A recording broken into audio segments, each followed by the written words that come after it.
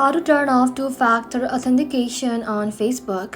Hello everybody and welcome back to our channel. So let's get started without any further ado.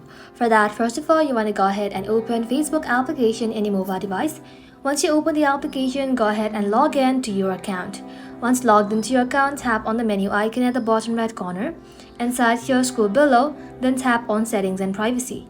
Just like that, select Settings, and inside Settings and Privacy, tap on See More in Account Center. Just like that, scroll below again, then tap on Password and Security. And then you'll be able to find two-factor authentication. Tap onto it, then select your Facebook account.